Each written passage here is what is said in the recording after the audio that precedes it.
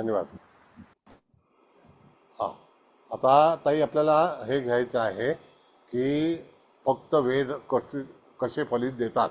आता कुठल्या ग्रहाने कोणाला तो वेद घेणार आहे, तर वेदकर्ता ग्रह हा अतिशय महत्त्वाचा असून तो वेद कुठल्या सूक्ष्मांशातून घेत आहे असं नाही, तर त्या पर्टिक्युलर सूक्ष्मांशामध्ये जो ग्रह जन्माच्या वेळेला विराजमान असेल त्याला अनुसरून त्या ग्रहाचा अधिपती किंवा त्याची जी काही आपण म्हणतो की राशी, त्याच्यामध्ये त्याचं स्थान, ह्या स्थानामध्ये तो जर वेध घेणार असेल तर त्या पर्टिक्युलर स्थानाचा अधिपती त्याचा मित्र आहे का शत्रू आहे.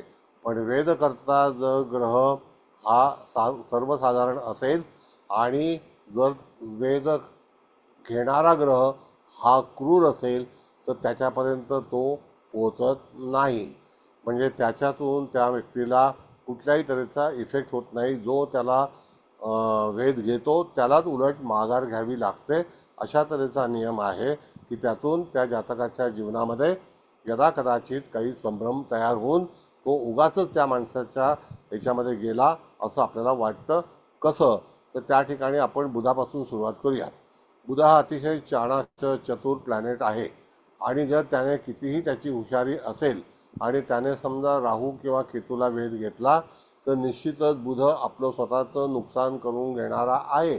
कारण बुधाकडे बौद्धिक पात्रता आहे, पण राहू आणि केतूसारखी क्रूरता किंवा मंगळासारखी क्रूरता जी आहे ती बुधामध्ये नाही. आणि बुध हा फक्त साधारणतः 4 दिवस वेध घेण्याचा अधिकारी असतो. म्हणजे त्या ठिकाणी त्याला अधिकार फक्त 4 दिवसाचे आहेत. तर त्या दरम्यान उलट तो स्वतः कष्टामध्ये येईल असं सायन्स सांगतं. कारण लढवय्या एखादा सेनापती किंवा शूर योद्धा असेल तोच त्या ठिकाणी कॅपेबल होईल, अदरवाईज तो तिथे कॅपेबल होणार नाही.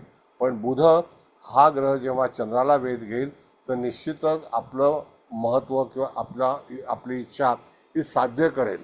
कारण त्याला तसा प्रतिसाद चंद्राकडून पण मिळेल. आणि बुध हा 4 दिवस चंद्राला वेध घेत असता जे काही स्थानाचं त्याचं मिळकत असेल तो ज्या स्थानामध्ये असेल किंवा चंद्र ज्या स्थानात असेल त्याला वेध देऊन तर चंद्र हा बुधाच्या गोष्टी स्वीकारणारा आहे. पण राहू केतू हा बुधाच्या गोष्टी कधीही स्वीकारणार नाही. उलट त्याच्याशी वेध करता ग्रह हा स्वतः अडचणीत येईल. असं आहे. म्हणजे वेदकर्ता ग्रह हा कोण आहे. जर समजा यदा कदाचित वेदकर्ता ग्रह राहू आहे आणि राहूसारखा ग्रह जर मंगळाला वेध घेत असेल तर मंगळ स्वतः त्रासात येईल, राहू त्रासात येणार नाही. आणि राहूचा वेध जो आहे तो दीर्घकाळ असताना त्या ठिकाणी राहू हा मंगळाच्या राशीला, मंगळ ज्या राशीचा स्वामी असेल, कारण त्याच्याकडे ब्रह्मांडामध्ये खगोलामध्ये 2 राशी त्याला दिलेल्या आहेत, त्या दोन्ही राशींच्या याच्यामध्ये तो कुठल्या स्थानात म्हणजे आपण त्याला भाव म्हणतो त्या भावात असल्यानंतर त्या भावाची हानी पोचू शकते. कारण तो भाव जो आहे त्या ठिकाणी ज्याला आपण म्हणतो मंद होतो. एखादा वेदकर्ता ग्रह जर समजा मोठा असेल म्हणजे राहू केतू शनीसारखा तर मंगळाच्या ज्या राशी आहेत त्या राशींना त्याचा इफेक्ट जातो आणि त्या राशी ज्या आहेत त्या मंद होतात, त्यांना अडचणी येतात, त्या स्थानाला अडचणी येतात. त्या कोणत्या दिशेला आहेत, कोणत्या ठिकाणी आहेत, त्याच्यामध्ये कोण ग्रह विराजमान आहेत का, तर त्या ठिकाणी आपल्याला शोध घेतला पाहिजे. पण तिथे कुठल्या दिशेमध्ये मंगळ किंवा तत्सम ग्रह असेल आणि त्याला राहू केतूंनी जर वेध घेतला तर निश्चित राहू केतू हे त्याचा छळ करतील. पण मंगळ त्यांचं काही करू शकणार नाही कारण ते बलाढ्य ग्रह आहेत. बोला. आता ही जी कुंडली आहे हा याच्यामध्ये मला मोठी कुंडली म्हणजे आपली हो सर्वतोभद्राची हो तिथे हो मला राहू दिसत नाहीये. मी किती प्रयत्न करते ना शोधायचा. आहे ना, राहू आहे ना तिथे मॅडम. मला आता त्या गुरु ठिकाणी दिसतोय, शनी दिसतोय, सोम बुध दिसतायत, शुक्र दिसतायत. पूर्वेला ते पूर्वेला पूर्वेला आहे राहू काय? कोणता ओके. नक्षत्र पूर्वेला पुष्य नक्षत्रामध्ये आहे 4थ्या चरणात. हा दलित ओके. रावशामध्ये बघा राहू. हम्म. बरं, आता कसं आहे मॅडम, पुष्य नक्षत्रातल्या 4थ चरणामध्ये असल्यामुळे ज्येष्ठा नक्षत्राच्या पहिल्या चरणात जर ग्रह आला तर तो राहूसोबत कॉम्पिटेट करेल, म्हणजे कॉम्पिटिशन करेल किंवा त्याला वेध घेईल. पण राहूने वेध घेतला तर निश्चित एकमेकाची 100% हानी. जिथून वेध घेतोय तिथे सुद्धा आणि ज्याला वेध घेतलाय त्या स्थानाला सुद्धा. आता पुष्य नक्षत्र जे आहे हे जातकाच्या कुंडलीमध्ये 12व्या स्थानामध्ये आहे आणि 12व्या स्थानामध्ये मूळचा राहू आहे. तर त्या ठिकाणी यदा कदाचित जातकाच्या जीवनामध्ये कर्क राशी असल्यामुळे त्या ठिकाणी अकस्मात एखादी घटना घरामध्ये होऊ शकते असा तऱ्हेचा आपण संदर्भ लावायचा असतो. पण राहूने वेध घेतला, केतूने वेध घेतला, शनीने वेध घेतला तरी सुद्धा त्या ठिकाणी गडबड होण्याची शक्यता निश्चित आहे. तर ती गडबड कुठल्या संदर्भात होईल तर ती चतुर्थ स्थानासंदर्भात होईल. म्हणजे चतुर्थ स्थान हे मुळातच नियम असा आहे की राहू आणि केतू ज्या स्थानामध्ये असतात ते स्थान पूर्णपणे त्यांचे अधिपतीचं काही चालत नाही, पण त्याच्यामध्ये बसल्यानंतर राहूचं किंवा केतूचं जास्तीत जास्त हुकूमत त्यांची असते. त्यांच्या नियमाप्रमाणे ते फळ देणार. उदाहरणार्थ समजा यदा कदाचित मिथुन राशीचा राहू आहे असं आपण समजू, तर त्या ठिकाणी 64 साली ज्यांचे जन्म झालेले आहेत किंवा असतील तर त्यांना भावंडांची दुःख ही निश्चित आलेली असतील आणि येतील.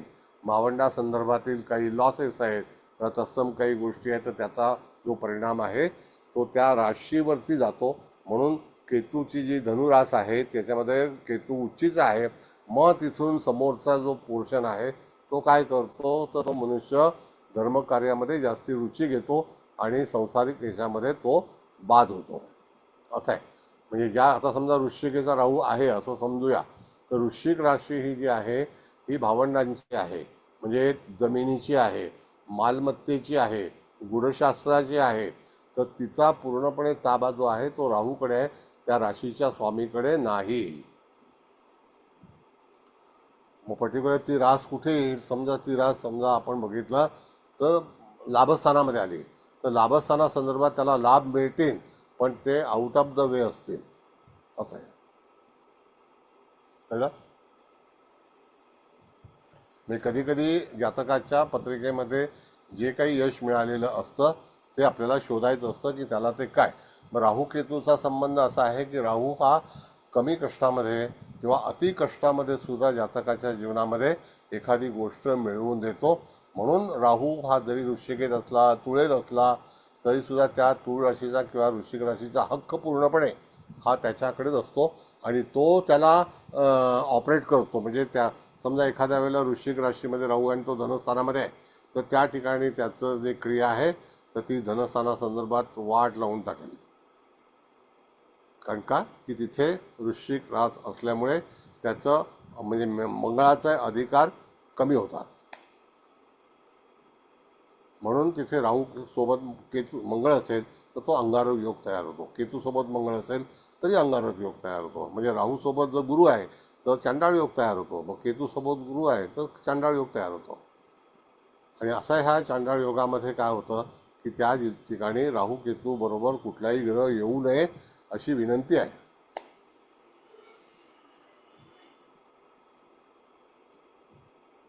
बोला सर, एक हा बोला. विचारायचं असं आहे की समजा राहूच्या बरोबर युतीमध्ये शनी आणि मंगळ आहे आणि ते वृश्चिक राशीतच आहे, तर मग ते स्थानाचा हानी करतील ना?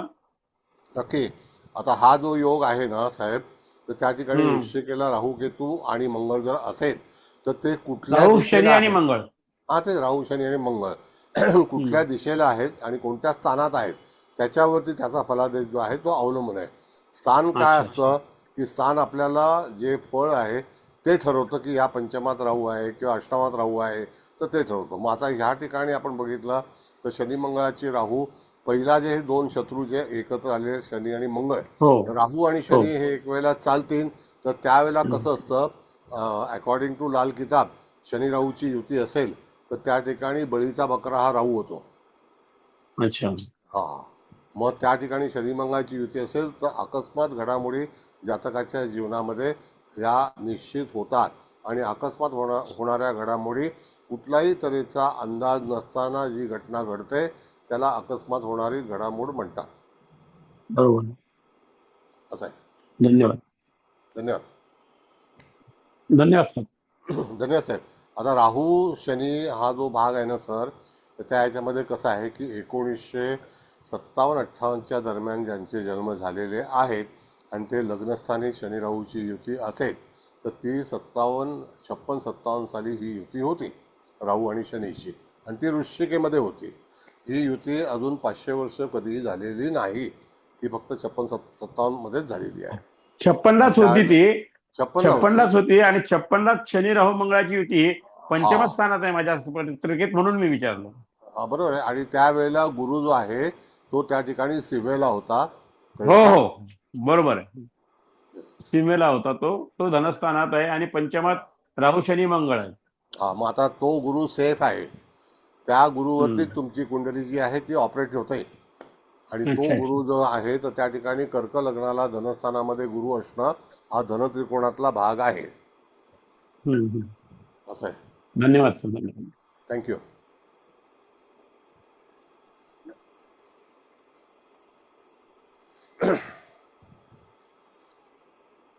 सर एक विचारू? हा बोला ना. हा विचार विचार. हा नमस्कार. मला आता शनी राहू केतू, आता राहू केतूला कोणी वेध देत असेल तर ते ग्रह स्वतःच प्रॉब्लेम मध्ये येतात. त्रासात येतात. येस हा, येस. तर जर का लाईक जन्माच्या वेळेला जर का शनीची केतू बरोबर वेध असेल, म्हणजे जो कुंडलीचा जन्मापासूनचाच वेध आहे, मग त्या केसमध्ये कसं करायचं? किंवा राहू केतूचा वेध परमनंट जन्मापासूनच आहे, तर तिथे Yes. कसं फलित बरोबर. मिळतं माणसाला? आता असं आहे की जेव्हा खगोलीय आपण हे बोलतो तर त्यावेळेला समजा की जन्मता जर जन्माच्या वेळेला राहू केतूचा किंवा शनी मंगळाचा एखादा वेध राहूच्या मुखात लागत असेल तरीसुद्धा जातकाला रिलेटेड दॅट जोडियाक, तर राहू हा कोणत्या राशीमध्ये होता आहे कळलं? म्हणजे त्या राशीत असेल त्या राशी रिलेटेड प्रॉब्लेम हे राहणारच असं म्हणायला लागेल. हा, म्हणजे राहू हा आता कोणत्या राशीमध्ये होता किंवा आहे. तर मी एक म्हणजे असा चार्ट बनवला होता, माझ्याकडे 1-2 कुंडल्या होत्या, त्याच्यावर सर्व तो भद्र ड्रॉ केलं होतं. त्याच्यात एक मला असा वेध मिळाला होता की शनी आहे चित्रा नक्षत्राच्या 4थ्या चरणात, की जो दरिद्रांश मध्ये आहे, म्हणजे ते अतिशय म्हणजे खराब चरण आहे ना. आणि केतू आहे जो मूळ नक्षत्राच्या पहिल्या चरणात आहे, की जो तस्करांश मध्ये आहे. तर हा वेध जन्मापासूनचा आहे ना असं. एक मिनिट, आता काय मॅडम सांगतो तुम्हाला की शनी जर समजा चित्रा नक्षत्रामध्ये असेल तर त्याच्या जवळपास गुरुग्रह आहे का?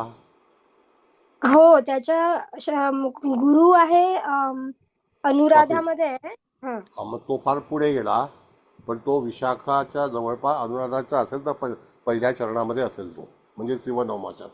आता राहिला भाग काय माहिती आहे का की चित्रा नक्षत्रातला हा शनी हा 1981 साली होता आणि त्याच्यानंतर 82 साली पण होता. कळलं?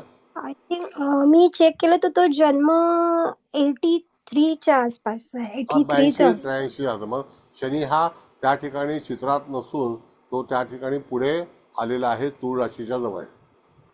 हा, तुळमध्येच शनी आहे, वक्री आहे पण. हरकत नाही, वक्री असू दे. तो जन्माच्या वेळेला वक्री आहे, काही हरकत नाही. पण 82 आणि 83 दरम्यान जर असेल तर त्या ठिकाणी हा जन्म जो आहे हा यदा कदाचित ऑगस्ट-सप्टेंबर महिन्यातला असेल. मी लिहून घेतलं. जूनचा आहे जन्म. जूनचा आहे, तर मग त्या ठिकाणी जूनचा जर असेल तर मग सूर्य कुठे गेला, तर सूर्य हा त्या ठिकाणी कर्क राशी आणि पुष्य नक्षत्राच्या जवळ असेल. सर सूर्य ना रोहिणीमध्ये आहे. मग तो रोहिणीमध्ये सूर्य आहे. सूर्य रोहिणीमध्ये. मग त्या ठिकाणी तो पूर्व दिशेला आहे. मग तो रवीच्या केंद्रात आला. कळलं का? शनीच्या केंद्रात आला म्हणून तो वक्री. बरोबर. म्हणून तो वक्री. बरं, आता मुख्य फलादेशावरती आपण येऊया.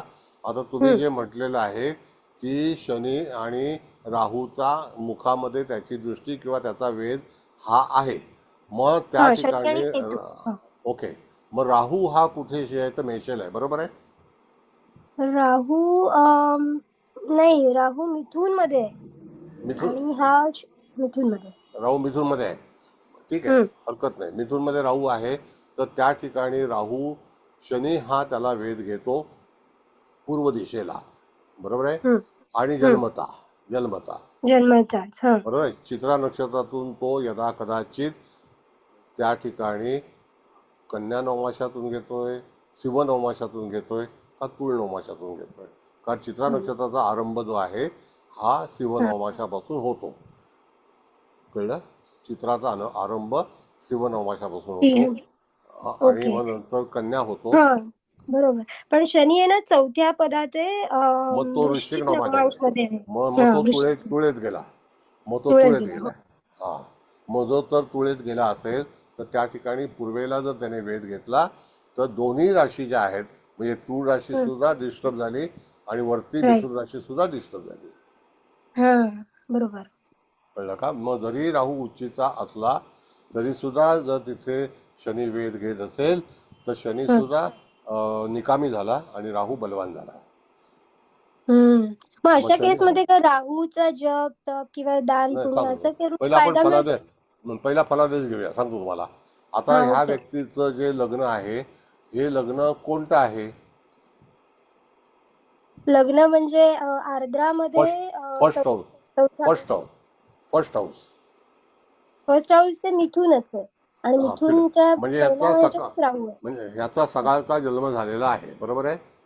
हा, सकाळी 8 वाजून 13-14 मिनिट. हा. हा. मग आता त्यावेळेला मॅडम तिथे जर राहू सुद्धा असेल आणि सूर्य सुद्धा असेल आणि शनी सुद्धा वेध घेतोय, बरोबर आहे. हा, पण सर राहूला शनी वेध नाही घेते, केतूला घेतोय जन्म ठीक ज्याचा. आहे. मग केतूला वेध घेतोय तर त्या ठिकाणी धनुराशीला येईल तो. हा, केतू धनुला आहे. हा, मग धनुराशी सप्तमात येते. हो.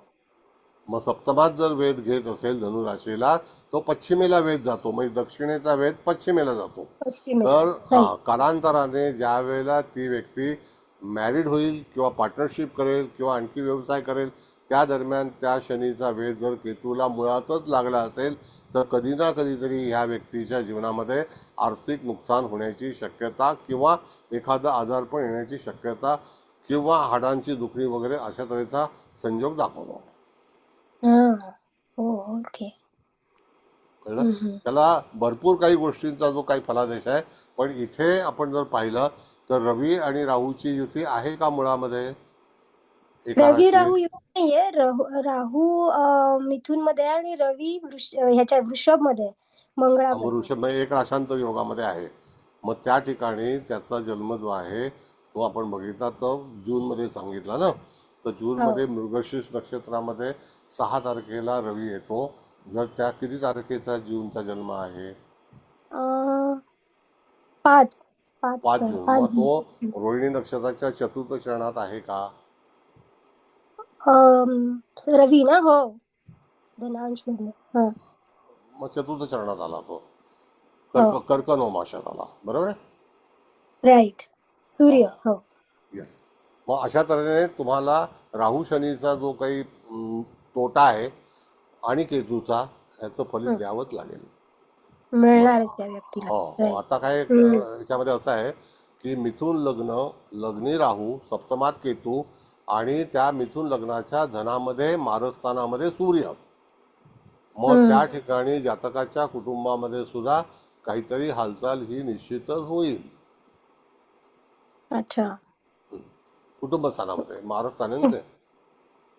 हा, नाही पण सर 12व्या घरात आहे सूर्य. मग आता तो 12व्या स्थानात आहे तरी सुद्धा वृषभ रास आहे. वृषभ आहे म्हणजे ती हा, कालपुरुषानुसार ह्याची धनस्थानात पकडायची. येते ना. ओके, कळलं सर. कळलं का. कालपुरुषानुसार ती धनस्थानात येते ना. तर मग बरोबर. कधी कधी जेव्हा आपण फलादेश देतो त्यावेळेला तुम्हाला धनुरास आता आपण बघितले तर तिथे शनीचा वेध आहे असं तुमचं म्हणणं आहे. तर त्या ठिकाणी जातकाला कालपुरुषाच्या नुसार भाग्याला स्ट्रगल करावं लागेल. असं आहे. अच्छा, असा नियम आहे. कळलं सर. थँक्यू. थँक्यू.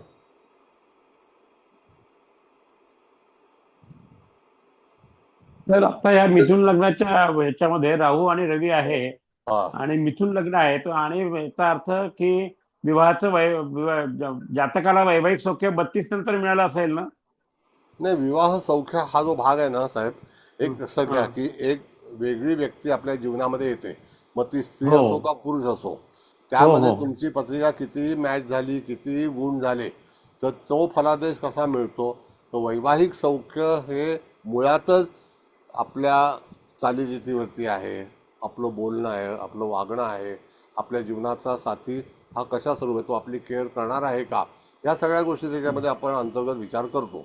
पण तिथे बरोबर. जर समजा हा आता ह्या मॅडमने सांगितला त्याप्रमाणे जर केतू असेल तर निश्चितच त्या व्यक्तीच्या जीवनामध्ये काही ना काहीतरी अशा घडामोडी होतील, आजारपणाच्या होतील. कळलं का? केतू हा वैराग्य आणून देईल किंवा त्याला त्या ठिकाणी अलिप्तता येण्याची शक्यता आहे. अशा बऱ्याच गोष्टी होऊ शकतात. म्हणजे ठराविक एकच गोष्ट होईल असं नाही. आता मॅडमने नाही. सांगितलं की शनी हा तिथे वेध घेतोय, तर त्यावेळेला शनी हा कुठल्या स्थानाचा कारक आहे? तर त्या ठिकाणी भाग्यस्थानाचा कारक आहे आणि हम्म. अष्टम स्थानाचा पण कारक आहे मिथुन लग्नाला. हम्म. हो. मग तिथली संकट येणारच. हम्म. नाही, पारंपरिक याच्यामध्ये जर का आपण बघितलं तर जर का केतू आणि राहू सप्तमात किंवा प्रथमात असतील तर 28 पर्यंत लग्नात केलं तर नाही वैवाहिक लग्न जीवनाचं सौख्य नाही कमी नाही, मिळतं असं असं काहीही असं एक नाही. नाही, ते सांगायला ऐकण्यात आहे काही म्हणून. सांगतील. नाही नाही, हा. ऐकतो गोष्ट आणि सांगणं एक वेगळी गोष्ट आहे. तो त्यांचा अनुभव आहे. पण अच्छा. मुळामध्ये ती व्यक्ती समजा 28व्या वर्षी विवाहबद्ध झाली तर त्याला हम्म. संकट येणारच नाही असं कधी होणार नाही.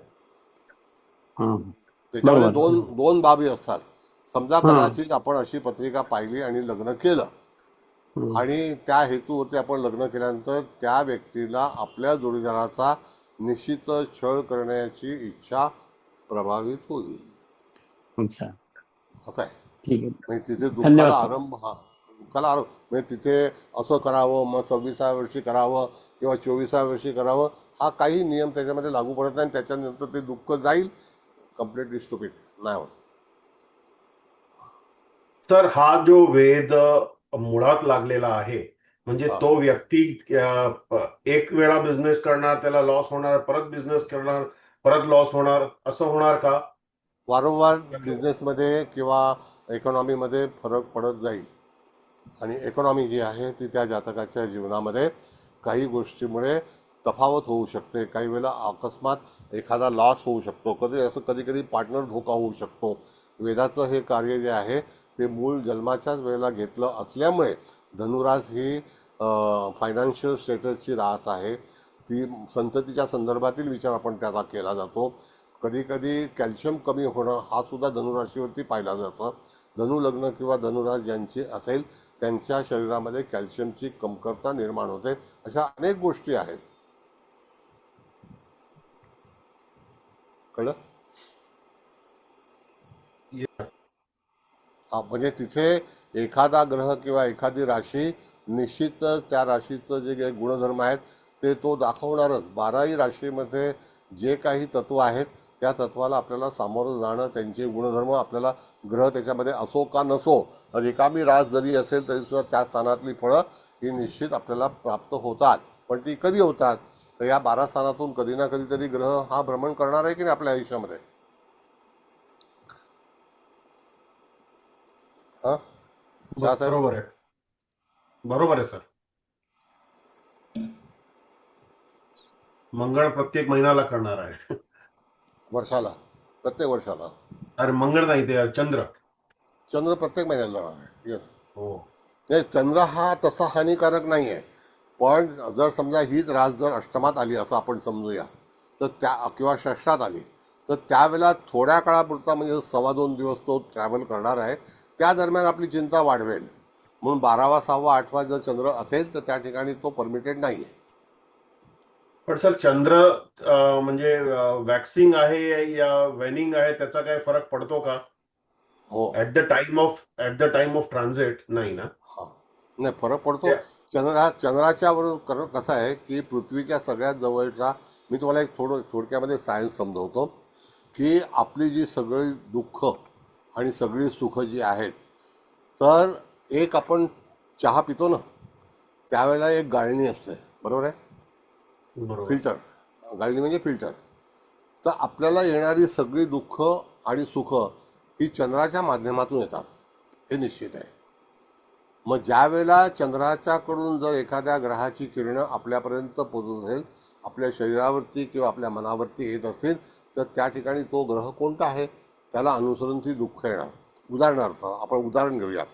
एखाद्या वेळेला समजा चंद्र कुठल्याही राशीला असला आणि गुरु आणि शनीची युती आहे किंवा नाही, पण तरीसुद्धा चंद्राच्या लिंकमध्ये जर समजा शनी आला आणि तो त्याची, जसं उदाहरणार्थ की शनी आणि चंद्राची पिधान युती होते, नेहमी होते, आणि त्यावेळेला तिथे पिधान युती झाल्यानंतर काय होतं की शनी हा एकदम क्रूर प्लॅनेट आहे, तर त्याला चंद्र हा डचकतो.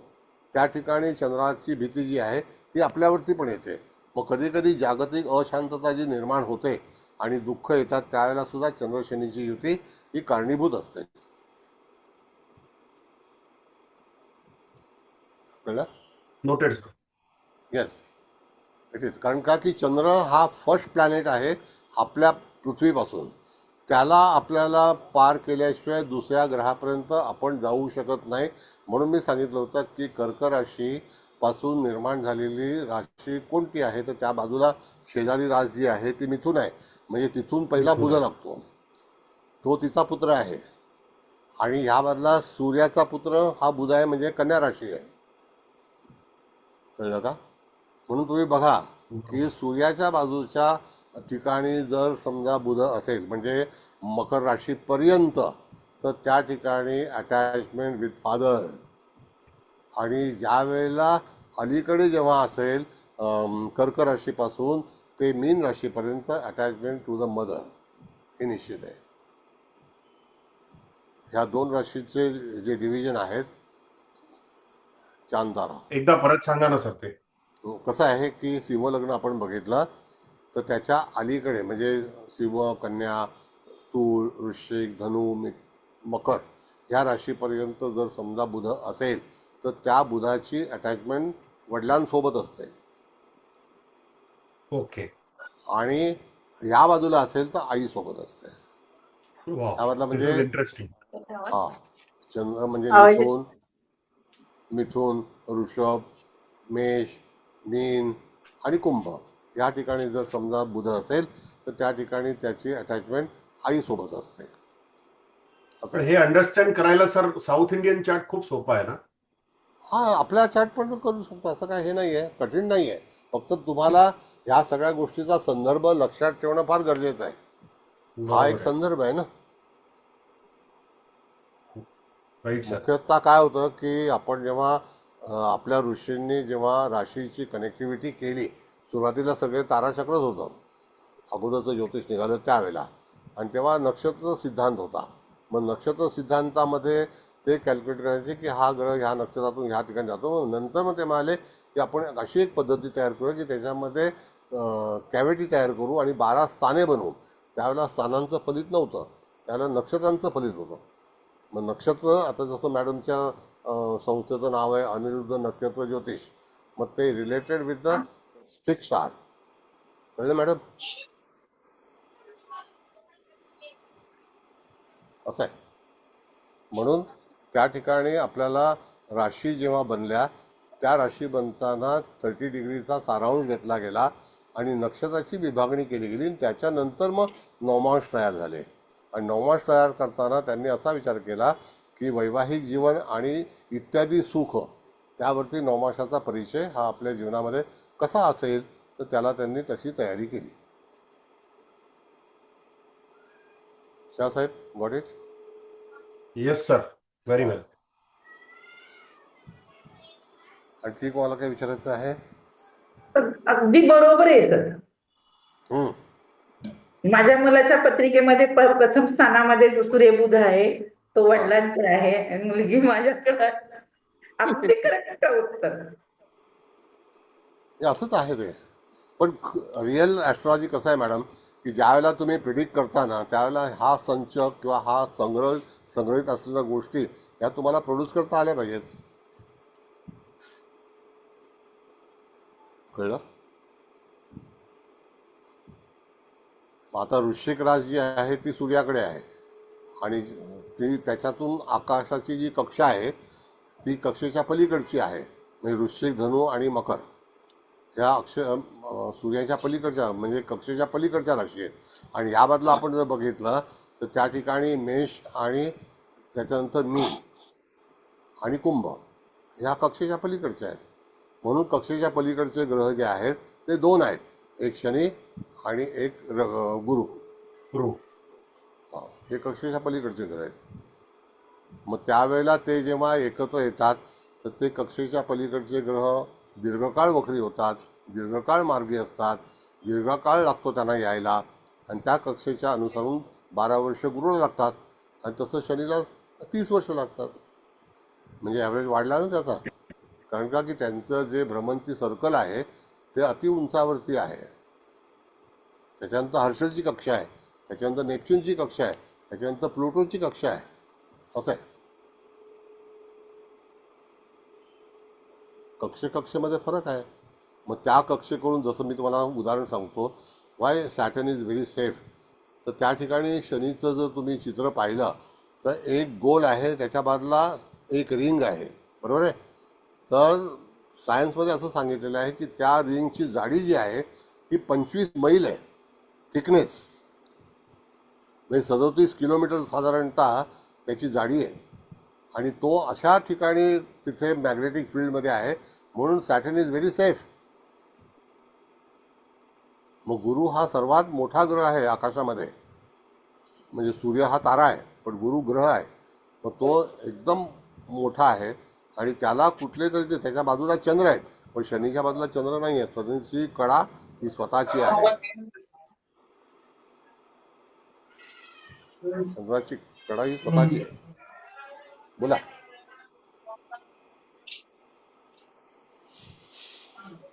तर आता ही जी कुंडली आपण बघतो आहे त्याच्या मुळातच चंद्राचा वेध लागलेला आहे लग्नापासून ते 64व्या पदात. बरोबर आहे.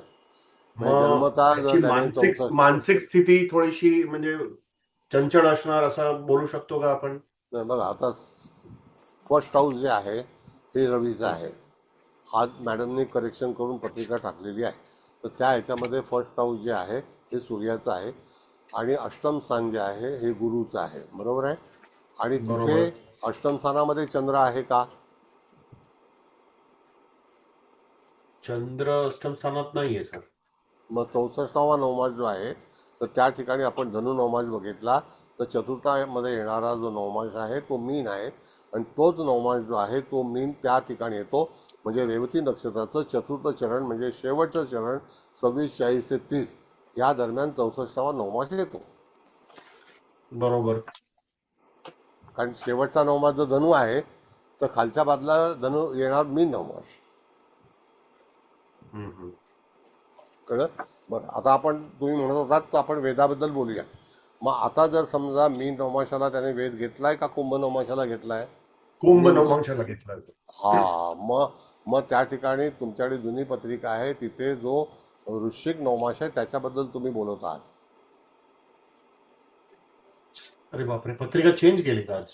येस, हो ना ताई? नाही पण मी पत्रिका चेंज केली पण मी टाकली नाही, जुनीच टाकली सर. ठीक आहे, हरकत नाही, what ever it is. But आपण असं पत्रिका कॅल्क्युलेट तीच करूया. आहे पण 2 मिनिटांनी पुढे हे करून काढलं सरांच्या सांगण्यानुसार. हो बरोबर आहे मॅडम, पण त्याच्यामध्ये लग्नाचा नवमास बदलला ना. हो बदलला सर, तुम्ही सांगितल्याप्रमाणे. सर 2 मिनिटं देता का? मग हे नवीन पत्रिका काढून घेऊ? नाही आहे चालेल. पत्रिका, ऐका. मी पत्रिका आहे कोणी कन्फ्युजन होऊ नये ना म्हणून मी टाकली नाही. हो त्या साहेब 2 मिनिटं, 1 मिनिट. तुम्ही पत्रिका टाकली, मी काढून आता बघा. टाकली ग्रुपवर. आता कसं आहे की तुम्ही जेव्हा ती पत्रिका फक्त 64व्या नवमाशासाठी म्हणून तुम्ही वापरू शकता, बाकी त्याच्यामध्ये अदलाबदल होणार नाही. ओके. मग आपण ते फक्त 64व्या नवमाश बद्दल बोलायचं नाही आता सध्या, म्हणजे वेध बोलायचं ना. नाही जर लागला आपण पण आता आपण असं एक हायपोथेटिकल एक एक्झाम्पल डिस्कस करूया सर. किंवा जर चंद्राचा परमनंट वेध म्हणजे मुळातला वेध जर 64व्या नवमाशाला लागला चंद्राचा वेध येस, हा तो, आणि जो 64वा नवमांश तेव्हा उग्रांश मध्ये होता. बरोबर आहे. मग बरोबर ना. नाही, पण तर आता तो पुढे गेलाय, आता तो पुढे गेलाय. हा, आपण आता पुढचा नका बोलूया, आपण फक्त म्हणजे जी कुंडली सगळ्यांकडे आहे त्याच्याबद्दल बोलूया आपण, ठीक आहे, है ना. ठीक आहे. मग हे उग्रांश मध्ये लागलेला परमनंट वेध, चंद्राचा वेध, मनाचा वेध, ते कसा, म्हणजे what would be the mental status of that person? नाही, आता पहिली गोष्ट आपण एक क्लेरिफिकेशन करूया. आपण आता समजा जर उग्रांशाला वेध लागलेला आहे, तिथे वेध गेलाय असं आपण समजलं, बरोबर आहे की नाही? बरोबर. पण तो लग्नावरून गेलाय हे पण तुमचं म्हणणं आहे का? लग्नावरून म्हणजे काय? सांगतो. जसं की आता लग्न आलेलं आहे सिंह, आणि राईट. तुम्ही वृश्चिक नवमास समजा किंवा धनु नवमास समजा, तर त्या ठिकाणचा वेध जो आहे तो त्या ठिकाणी समोर जाईल. समोर म्हणजे कसं, पहिला मघा, मग पूर्वा, आणि मग उत्तराचं पहिलं चरण किंवा चतुर्थ चरण पूर्वाचं. याचा वेध जो आहे तो त्या ठिकाणी अश्विनी नक्षत्रामध्ये जातो सन्मुख, बरोबर. बरोबर आहे की नाही? मग तो अश्विनी राईट. नक्षत्रामध्ये जाईल. मग तिथे अष्टम स्थानचं रिलेशन आलं का? नाही. नाही आलं. मग अष्टम स्थानचं रिलेशन कधी येईल? ऐका, ज्या वेळेला उत्तरामध्ये प्रथम चरणामध्ये ग्रह असेल त्यावेळेला सन्मुख वेध जो आहे तो रेवती नक्षत्राच्या पहिल्या चरणात जाईल, चतुर्थ चरणात. बघा, धनु नवमास बघा तुम्ही, आणि त्याच्या समोरचा नवमास बघा. माईक बंद करा, कुणाचा आहे तो जरा. हे चौगुले साहेबांचा माईक चालू आहे.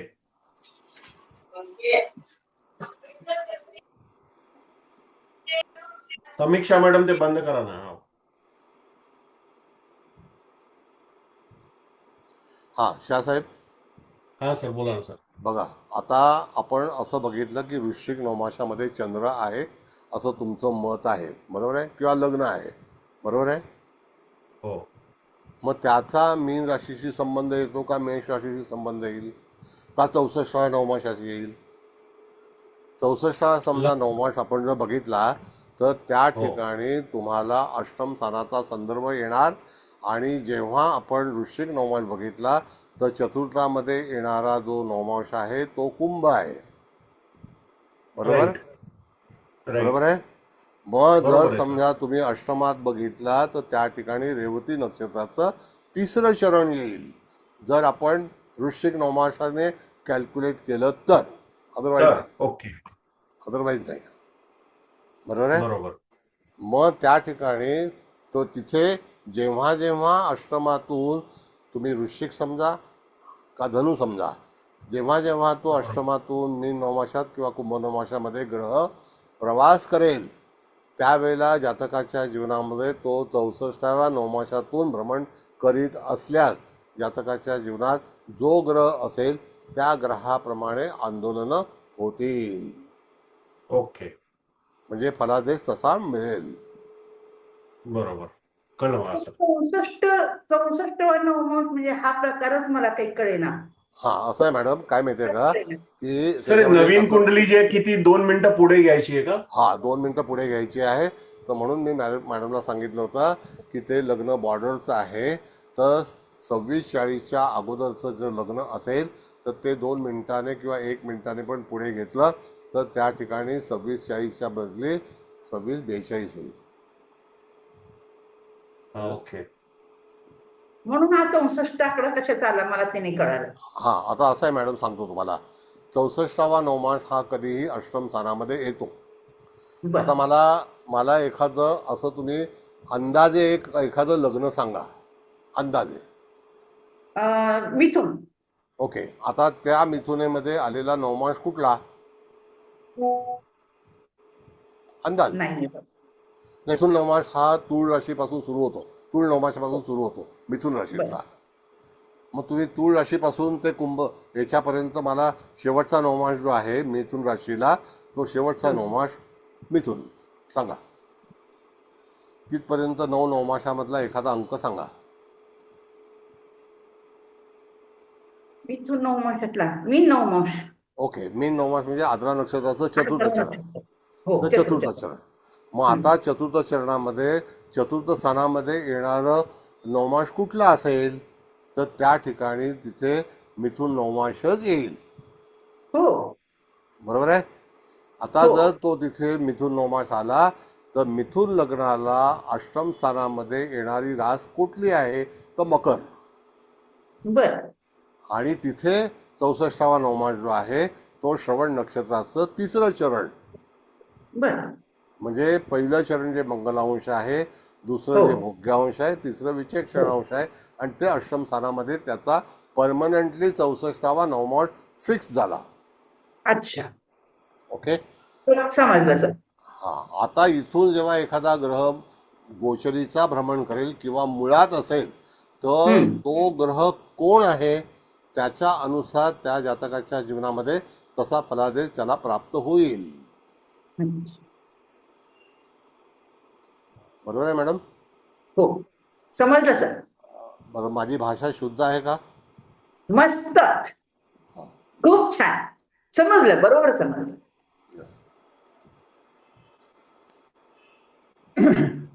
नमस्कार सर, मी कुंभोजकर बोलतोय. बोला बोला.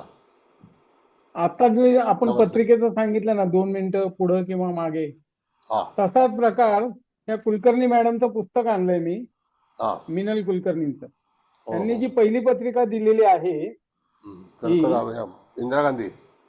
नाही, नमुना पत्रिका 20/8/1955, ओके ओके. पहाटे 5:25 वाजता वर्धा. हा तर ऍप मध्ये आपण टाकल्यानंतर आणि हा. ह्यांनी ही जी लावली आहे त्याच्यात बरोबर. लग्नात फरक आलाय. हो. लग्न मकरेचं आहे, इथं कुंभाचं आहे, हा, आणि लग्नाचे अंश बदलले. तर मग काय बरोबर. करायला लागेल आता याला? सांगतो. आता मकर राशी जी आहे, या मकर राशीमध्ये आरंभी नवमास आहे मकर, शेवटचा नवमास आहे कन्या, आणि कुंभ नवमास जो आहे तो तुळेला येतो. तुळ नवमास येतो कुंभेला. तर त्या ठिकाणी तुम्हाला नवमास पत्रिका दिली तर ती कन्या नवमासाची आहे का सिंह नवमासाची आहे?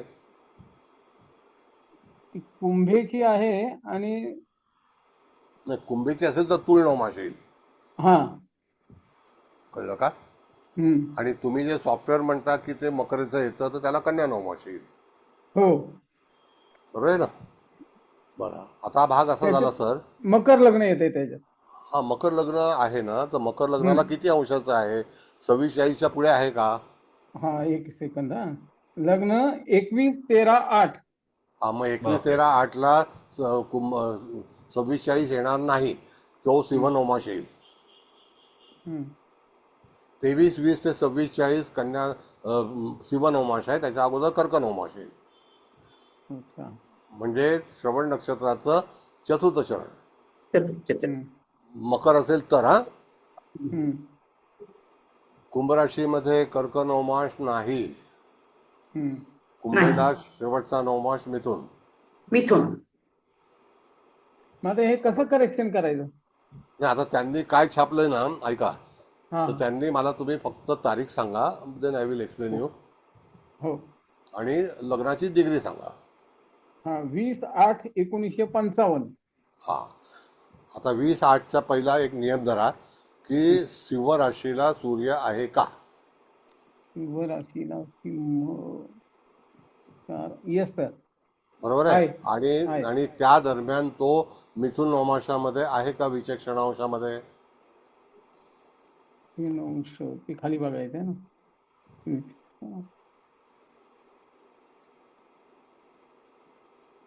ते नाही समजत. बरं, आता ऐका सर, हरकत नाही. 20/8 तर नक्की झालं ना. एक नियम सांगतो तुम्हाला. 15 तारखेला लग्न बदलतं. पहिला नवमास आहे मेष, दुसरा आहे वृषभ. म्हणजे 7 तारखेला तो वृषभ नवमासामध्ये सूर्य असतो. त्याच्यानंतर 7 आणि 8 तारखेला तो मिथुन नवमासामध्ये जातो. हा नियम आहे. बरोबर आहे. मग तिथे तुम्हाला सूर्याचे अंश किती आहेत? सूर्याचे अंश 258.5. 258.5 असतील ना साहेब, तर 258.5ला त्या ठिकाणी मेष नवमास येईल. चतुर्थ कर्क राशीत आहे. नाही नाही, मग तुम्ही गडबड होता नाही नाही, काहीतरी. थांबा थांबा. काहीतरी रवी गडबड. बरोबर आहे. इथं रवी चतुर्थ म्हणजे पंचम धरायचे ना आपण. पंचम मध्ये आहे, पंचम मध्ये आहे आणि 258च आहे. 2:18 2 तर अंश. मेष नवमाश आहे. हं, मेष नवमाश आला, सेनांश आहे तो. हं. बरोबर आहे. कळलं का? तो सेनांश आहे. पण 8 तारखेला रवी बदलत नाही. 8 तारखेला 5 तारीख किती तारीखला सांगितले? 18 तारीख. नाही नाही, 20/8. हा, मग 20 तारखेला रवी कधी बदलत नाही. हं, चुकीचं आहे ते, मांडणी चुकीची आहे. अच्छा. त्याच्यामध्ये बऱ्याच नवीन पुस्तक छापले त्यांनी. माझं पहिलं पुस्तक होतं, त्याच्यामध्ये त्यांनी करेक्शन केलं. त्यामुळे पुढचं टॅली होत नाही ना. टॅली होणारच नाही. कसं होणार जर सर तुमचं सॉफ्टवेअर चुकीचं? प्रिंटिंग मिस्टेक आहे सर, प्रिंटिंग मिस्टेक आहे. असू शकेल, असू शकेल, हो. असू शकेल. मग ती प्रिंटिंग मिस्टेक कोणीच हे करायची, करेक्ट करायची मॅडम? करेक्ट करायला पाहिजे ना. लेखिकेनी पुस्तकाच्या हा 6 फेब्रुवारी 23 ची तृतीय आवृत्ती आहे ही. म्हणजे अभ्यास फक्त तुम्हीच केलात, बाकीच्यानी नुसतं डोळ्या खालून घातलं पुस्तक. त्यातली चूक तुम्ही सर्च केलीत, म्हणजे तुम्ही खरे अभ्यास. काय एक पुस्तक तुम्ही काढा आता, आम्ही तुम्हाला सगळं हे करू, हेल्प करू, टायपिंग बिपिंग साठी नाही हो, नाही सगळं नाही करू. नाही. कराल कराल गॅरंटी. आणि हो म्हणायचं, येस माइंड, बर सगळं बर. होतं. मग काय सर? हो की नाही? आता रवींद्र मला लेखक सांगा हवेत आम्हाला की सरांचं साहेब, हे करणारे. पत्रिका तुम्हाला नवमांश जे आहेत त्याचं पाठांतर पाहिजे. हो हो हो. जर ते Yes. पाठांतर नसेल तर यू नेवर प्रिडिक्ट प्रॉपरली. अगदी अगदी अगदी. आपल्याला आम्हाला अनंत आटले सरांनी चांगलं ट्रेनिंग दिलेलं आहे की नाही नवमांशाचं? तुम्ही होतात ना कुंभोजकर सर? हा, नवमांशचं करताना कार्यशाळेला होतात ना? अनंत नाही आटले नाही. सरांनी नाही, काय नाही, तुम्ही होतात. तो गोचरच्या ह्याच्यातच त्यांनी नवमांशाचं एक्सप्लेन केलं होतं. मी तुम्हाला व्हिडिओ पाठवीन परत. बर बर. हा, ते चांगलं आहे. हा. पण त्यांनी पक्का करून घेतलेले आहे सगळ्यांकडून. किंवा ह्या ग्रुपवर मी त्यांच्या नोट्स सरांना पाठवायला सांगेन नवमांशच्या. आणि सर, ह्याच्यामध्ये आणखीन एक चूक आहे. मूळ पान नंबर 18 वर त्यांनी लिहिले, जातकाची स्पष्ट ग्रहांसहित जन्म लग्न कुंडली मांडून घ्यावी, त्यानंतर भाव मध्ये लिहून नवमांश कुंडली मांडून घ्यावी आणि नवमांश कुंडलीचा तक्ता बनवल्यानंतर सर्वतोभद्र चक्राच्या तक्त्यामध्ये नवमांशाप्रमाणे घर मांडून घ्यावे. हा, नवमाशामध्ये ग्रह मांडून घ्यावे म्हणजे काय की प्रथम स्थान, आता जसं की तुमचं कर्क लग्न आहे असं तुम्ही म्हणताय. हो कुठलं लग्न आहे तुमचं? कर्क. हो. हा, आणि किती अंशाचं आहे? लग्न आहे 21-13-8. हा, मग 21 म्हणजे आश्लेषा नक्षत्रातला आहे. आश्लेषा नक्षत्राचा जो आरंभ आहे तो 16:40 ला होतो. तो 21 ला म्हणजे त्या ठिकाणी मकर नवमाश आहे तुमचा. कळलं का? हो हो. मग मकर नवमाश प्रथम स्थानामध्ये मांडायचा जेव्हा तुम्ही नवमांश कुंडली बनवत असाल तर, बनवणार असाल तर. कळलं? आणि त्याच्यानंतर सिक्वेन्स प्रमाणे, म्हणजे अँटी क्लॉकवाईज सिक्वेन्स प्रमाणे 12 ग्रहामध्ये ते नवमांश मांडायचे. आणि त्याच्यानंतर फिल द ब्लँक, पहिलं प्रथम स्थान, आणि त्याच्यानंतर फिल द ब्लँक जसे ग्रह असतील ते. आणि त्याच्यातून तुम्हाला प्रत्येक ग्रहाचे नवमांश शोधायचे, काढायचे अकॉर्डिंग टू डिग्री, आणि नंतर ते पुटअप करायचे. अच्छा. असं आहे. म्हणजे हे लिहिलंय बरोबर आहे, पण माणसानं ते लग्न कुंडलीतलेच मांडलेत ग्रह. हा, मग जन्मकुंडली जी असेल ती, आता तुमची असेल तर तुमची मांडायची, त्यांची असेल तर त्यांची मांडायची. मग नवमांशाप्रमाणे ग्रह मांडून घ्यावेत म्हणजे काय? हो, बरोबर आहे. नवमाशामध्ये तुमच्या नवमांशाची पत्रिका मांडायची का? हो हो हो, नवमाशाची पत्रिका मांडायची. तुम्ही ज्यावेळेला जन्माला आलात त्यावेळेला अंशात्मक ग्रह आकाशात कसे होते त्याला अनुसरून नवमाश कुंडली फिल द ब्लँक. कळलं? असं आहे. अच्छा. आता मिनल नवमांश कुंडली कुलकर्णींचं, मांडून घ्यावी, हा, मिनल त्याचा अर्थ असा कुलकर्णीचं लावा. आहे. धनु लग्न आहे, लग्नी राहू आहे, सप्तमात चंद्र आहे, रवी आहे, केतू आहे, बुध आहे, असे 4 ग्रह सप्तमात आहे. अष्टमात गुरु आहे. कळलं का? आणि लाभात शनी आहे.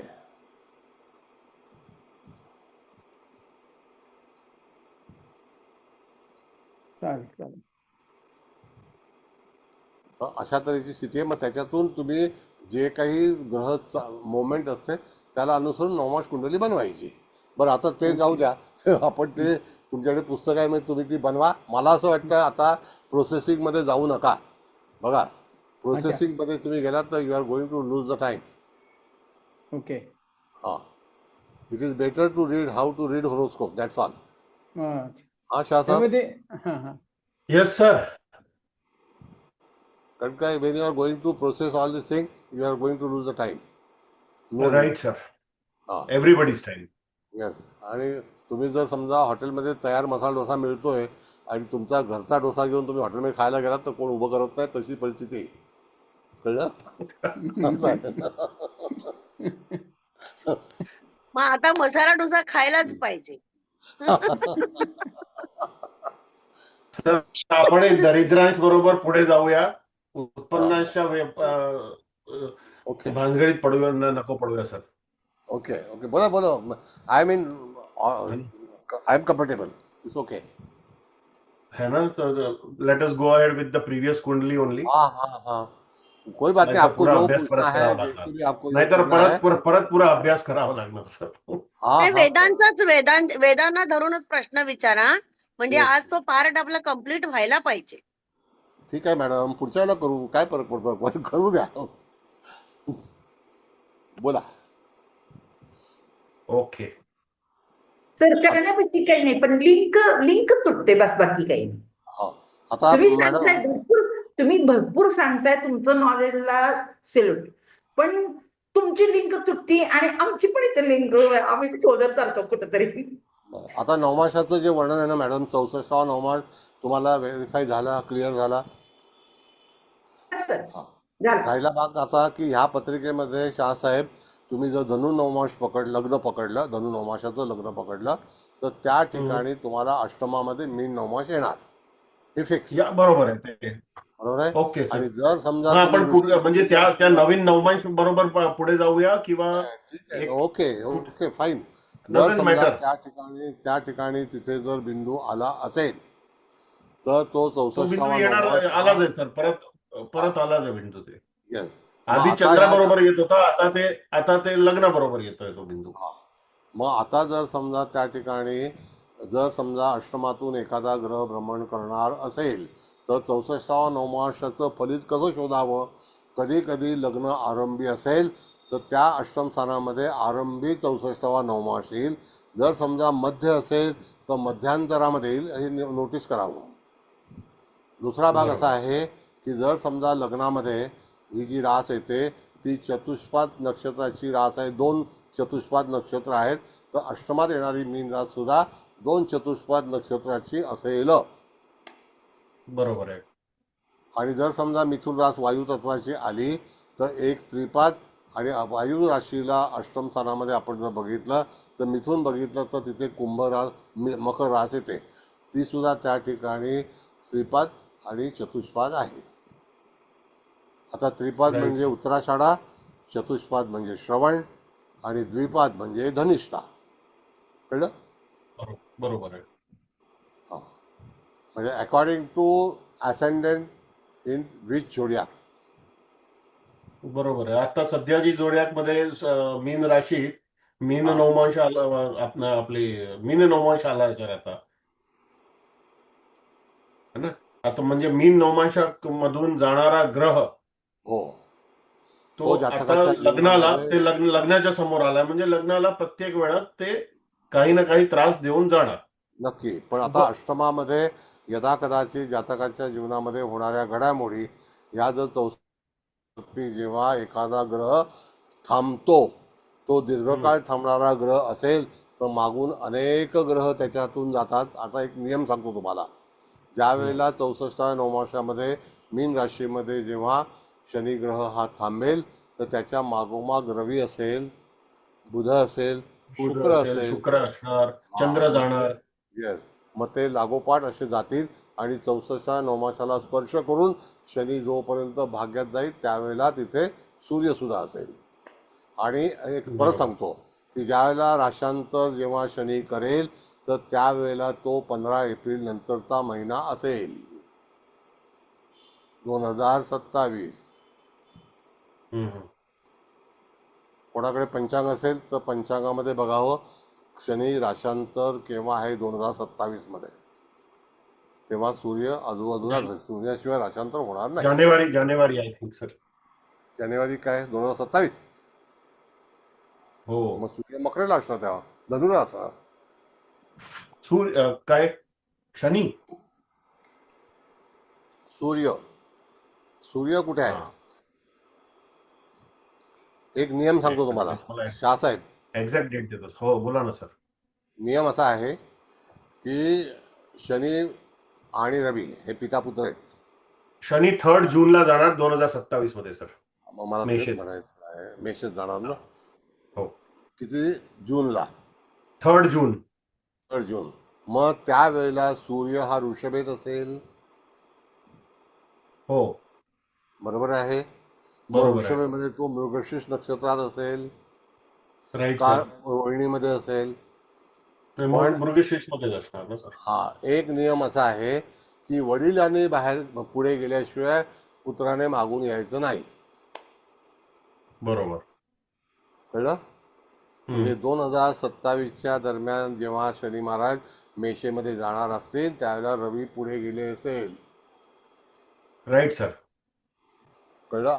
असे हे सगळे नियम जे आहेत तर सर्वतोभद्र चक्रामध्ये हे शिकताना तुम्हाला पाठ करून ठेवणं गरजेचं आहे. ती थोडासा डिफिकल्ट अवघड आहे. नाही अवघड नाही, सगळं easy. आता म्हणजे प्रॅक्टिस मधून होणार ते. म्हणजे आपल्या पंचांग. दारव्हीकर मॅडम जर चांगल्यापैकी हे करू शकतात आहे की नाही मॅडम? काय माहितीये का तुम्हाला, मला तर वाटतं सगळे ग्रह असे समोर तुम्हाला दिसतायत आणि तुम्हाला तारखा दिसतायत, सगळं अंतर्ज्ञानी असल्यासारखे, काही नाही. कसलाही विदाऊट रेफरन्स फटाफट सांगताय. मी अवाक झाली, अवाक होऊन ऐकतेय मी. I am surprise. असं आहे. म्हणून त्या ठिकाणी कसं असतं मॅडम की तुम्हाला सगळे जे नियम आहेत ना, आता बघा मी तुम्हाला एक सांगू वाक्य, राग येणार नाही ना? नाही राग येईल असं बोलूच नका ना. नाही नाही तसं नाही. आता तुम्हाला कसं आहे की तुम्ही नेहमी म्हणता बाय बाय, बरोबर आहे? येतं की नाही? हो हो हो मग हा उल्लेख काय येतो तर बाय बाय आपण हाताने करतो की नाही असं. हो. मग तिथे तुमचा लग्नेश आहे मिथुन राशीत, आणि मिथुन राशी ही ओके. तळव्याची आहे. कळलं? अच्छा. हे पण प्रिडिक्शन आहे. बरोबर, म्हणजे मुद्रेवरून. हा सर मी काय म्हणते, आपलं हे सगळं कम्प्लीट, तुम्ही एंजल थेरपी पण घेता ना? एंजल थेरपी, काय नाही सांगा. एंजल कोर्स, ते एंजल सांगतात हो हो असं काहीतरी मी आजच ऐकलंय तो विषय. तर मग ह्याच्यानंतर आपण सगळ्यांचा तो घेऊया, कारण आसपास बसलेल्या असतात त्या एंजल्स आणि उत्तरं देतात. तर हे हो, जरा angels. म्हणजे वेगळं नॉलेज आहे. तर आपण सगळ्यांनी हा पण अटेंड करूया सरांकडे. हा काय? नवीन आहे ते एंजल थेरपी. बरोबर ना? एंजल थेरपीने काय बोलतात त्याला नाही, sir? Angel therapy is a different part, that is healing. पण एंजल स्टडी जो आहे ना, एंजल कार्डचे जे काही कार्ड्स असतात त्याच्यावरती प्रेडिक्शन करायचं. Angels card reading. बरं. हा मग ते जरा ते बोलतात ना एंजल्स, आपल्याला एंजल्स सांगतात आपल्याशी ना. बोलतात. एंजल इज हा मग स्पिरिच्युअल. ते आमच्या सगळ्यांचे एंजल बोलले पाहिजे, जेवढे आता आहेत तेवढे 21 मेंबर्सची. तसं तर तुम्ही आम्हाला हे करा, बोलतं करा एंजल्सला आमच्याशी. हे होऊ दे त्याच्यानंतर. हा आता जस्ट शास्त्र- कानावर घालून ठेवले. तर बोला सर. जाऊ पुढे तर आपण. बोला. हा आता पुढे बोला. Okay sir. आता पुढे जे वेध लागत आहे त्याच्याबद्दल, म्हणजे आता नवीन कुंडलीमध्ये, नवीन ठीक आहे. कुंडलीत जाऊया ना सर आपण. त्याच्यामध्ये काही बदल होणार नाही, फक्त होणार नाही ना. Okay sir. आता जर केतू शनीला वेध घालणार आहे, शनी नपुंसकांश मध्ये आहे ठीक आहे. आणि भाग्यस्थानात आहे आणि षष्ठम आणि सप्तम स्थानाचा मालक आहे. ते 35 दिवसाचा वेध लागणार आहे. मग त्या वेधात काय होणार? शनी नपुंसकांश बद्दल काय बोलणार आणि दुसरा काय कुठलाही पहिला सूक्ष्म असला तर काय होणार? नपुसकांश हा जो आहे हा त्या ठिकाणी भरणी नक्षत्राचं दुसरं चरण आहे. कळलं का? भरणी बरोबर. नक्षत्राचं दुसरं चरण. दुसरा चरण आता आहे. वेद कर्ता ग्रह कोण आहे? केतू. केतू.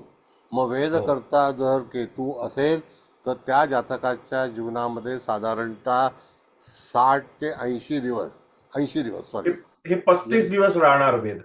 हा मग ते तिथे वास्तव्य केल्यानंतर त्या जातकाला तो पीडा निश्चित उत्पन्न करेल. कोण करेल? तर केतू करेल. शनीला पीडा पडेल. शनी कुठे आहे? तर त्या ठिकाणी शनी भाग्यात आहे. सप्तमाधिपती आहे आणि शनी षष्ठाधिपती आहे. तर षष्ठाधिपती शनी असल्यामुळे त्या ठिकाणी जातकाला यदाकदाचित आपल्या नोकरी संदर्भात, कष्टासंदर्भात, मामा संदर्भात अशा काही गोष्टींना फॉलोअप करावं लागेल. फॉलोअन करावं. बरं. आणि सप्तमाधिपती पण आहे ना सर?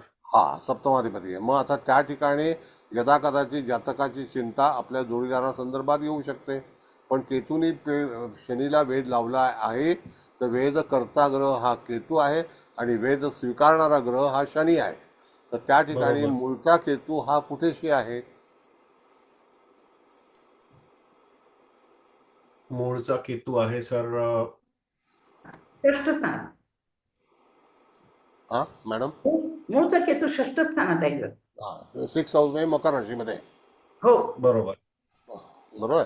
मग आता त्या हो. ठिकाणी जेव्हा तो केतू येणार आहे तर जातक त्या ठिकाणी जातकाला थोडीशी काळजी करायला हवी.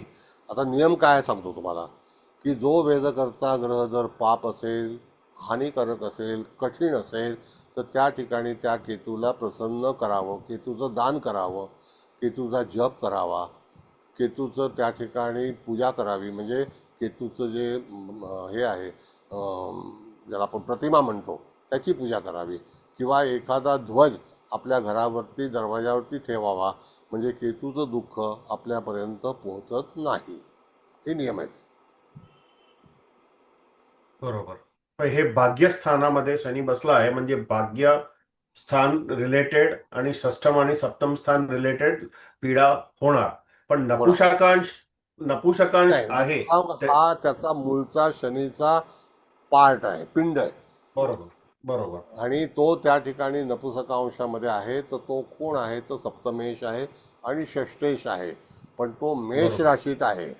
तर पहिला बरोबर. आपल्याला बघायचं आहे की रास कोणाची आहे? तर मंगळाची आहे. त्याच्यानंतर नक्षत्र कोणाचं आहे? तर शुक्राचं आहे. नवमांश कोणाचा आहे? तर बुधाचा आहे. आणि सर्वतोपत्रामध्ये सूक्ष्मांश कोणाचा आहे? तर नपुसकांश. हे चारही ग्रहांचे जे हे आहेत ते त्या ठिकाणी उपयोगात आणायचे. ओके. हा म्हणजे तुम्हाला त्या ठिकाणी चारही गोष्टींचं वर्णन हे लक्षात ठेवलं पाहिजे. दुसरी गोष्ट, नपुसकांशाचं जे फळ आहे तर ते मूळ कुंडलीमधला शनी हा कसा ॲक्टिवेट असेल ह्याच्याबद्दलचा विचार करायचा आहे. कळलं? पण त्याच्यावरती जर वेध घेणारा ग्रह कोण आहे तर तो केतू आहे.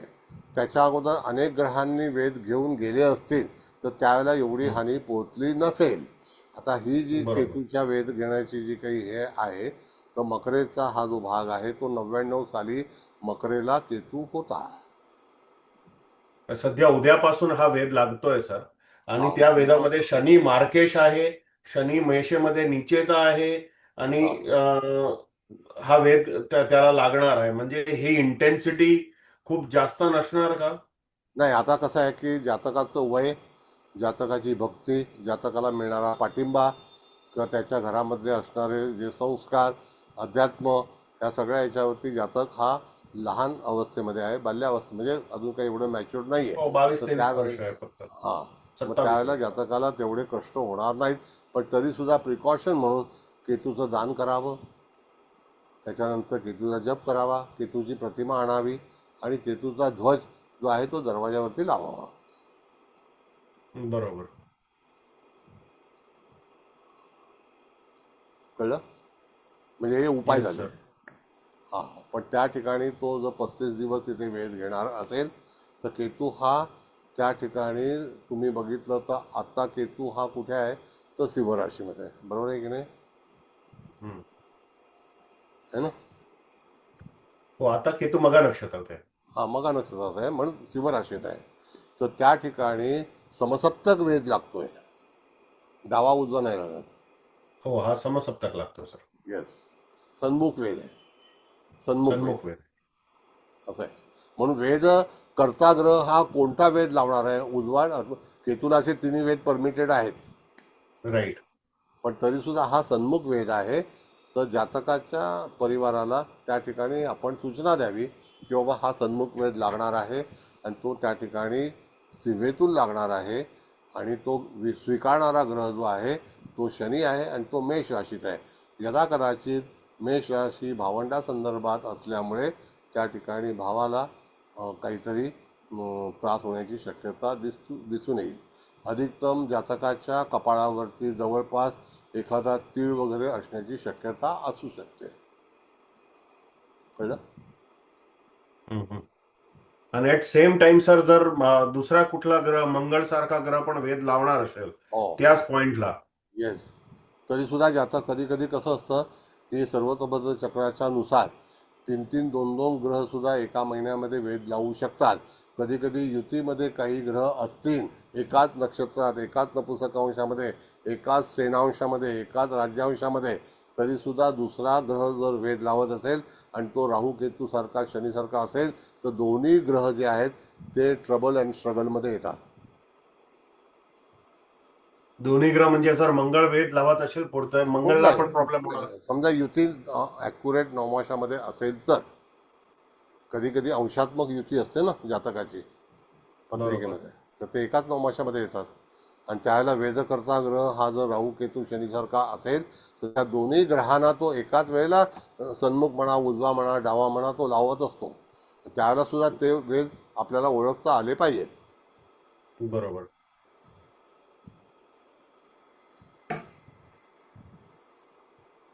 असं आहे. पण शनीला 2 किंवा 3 शनी ग्रहाला त्या सूक्ष्मांशामध्ये दुसरा ग्रह पण सायमल्टेनियसली सेम टाइमला वेध लावत असेल, मग मंगळ लावतं फॉर एक्झाम्पल. हो हो, लावू मंगळ शकतो. कृतिका 3 मध्ये आहे आणि मंगळ पण वेध लावू शकतो तिकडे.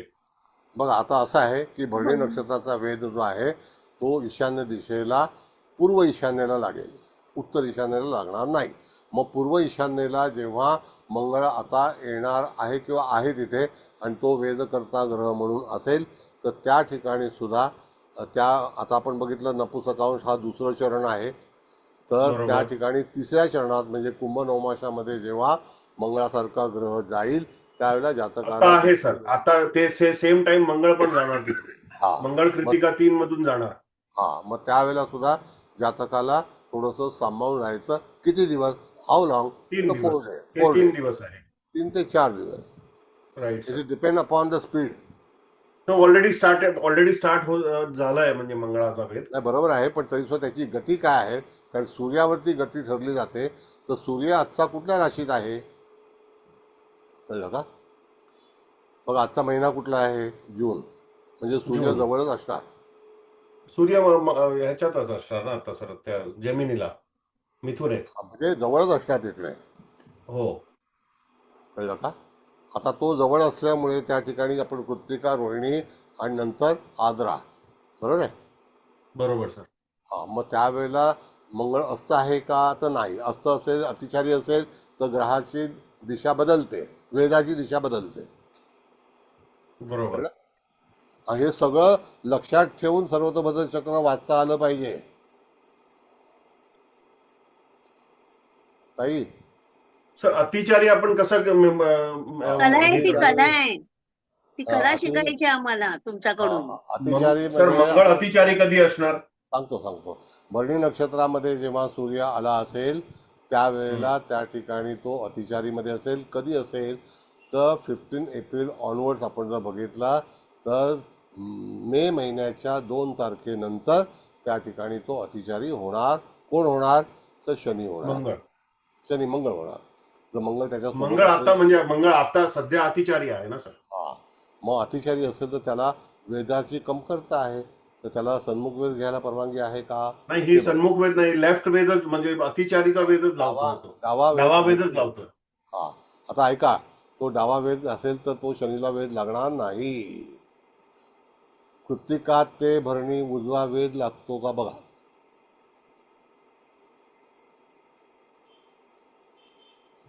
कृत्तिका ते भरणी उजवा लागतोय. उजवा लागतो ना. हो. राईट. हा, मग उजवा वेध लागेल तर परमिटेड नाहीये. वक्री ग्रह असेल तर उजवा वेध आहे हं. मॅडम. करेक्ट. वक्री असेल तर उजवा आहे. म्हणून हे आपल्या डोक्यामध्ये राहणं फार गरजेचं आहे. हम्म. हे सगळं शिकायचं आहे. हे सगळे Correct. संकेत आहेत शाहसाहेब. Yes sir. ह्या संकेताचं जर तुम्ही पालन केलं नाही तर पुढे जाऊन तुम्ही प्रॉपरली रीड करू शकणार नाहीत. नंतर त्या नाही सर, आम्ही चूक केली तरी शिकणार ना. तुम्हाला तुम्ही म्हणजे तुमच्या मला लक्षात मी आमची असं चूक तुम्हाला असते. चूक म्हणणार नाही. माझी ती सवय नाही. मी कधीही लोकांचा कुठलाही अपमान करत नाही. तर म्हणजे आता कृत्तिकाच्या तिसऱ्या ह्याच्यात उग्रांश मध्ये मंगळ आता आलाय तर तो डावा वेध देणार तर रवीला मिळणार ना. विशाखामध्ये आहे तिथे येणार ना. हा, तिथे येईल तो. तिथे येऊ शकतो. विशाखामधला रवीला त्या ठिकाणी ईशान्य ते नैऋत्य असा वेध लागतो. हा, बरोबर. कळलं का. तिथे रू नावाचं स्वर आहे. हो. मग आता शाहसाहेब, शनीचा Yes, प्रश्न sir. हा कट झाला. हा, शनीचा प्रश्न कट झाला सर. आता रवीचा प्रश्न आहे. रवी हा आता त्याचा रवीचा मित्र आहे. तर रवी मंगळाला वेध घेतला तरी सुद्धा रवीला काही इजा पोचणार नाही. रवी लग्नेश आहे. हो. लगेच कॅल्क्युलेशन आणि प्रिडिक्शन मध्ये फरक येतो. बरोबर. असं आहे. कुबल मॅडम, तुमचं काय मत आहे? तुम्ही काय बोलत नाही, आणखी कोण काय बोलत नाही? नाही, मी ऐकते सर. छान सांगताय ना.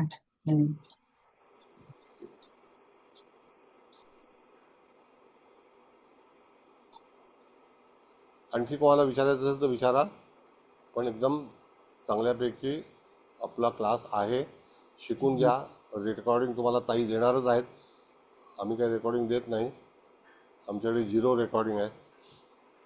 कळालं सर. शनीचा वेध लागलाय उग्रांशाला, कुंभ नवमांशाला, परत भोग्यांशाला रवीकडे आलेला आहे. कळालं सर. सांगता नाही येणार मला, पण रेघावरून कळालं.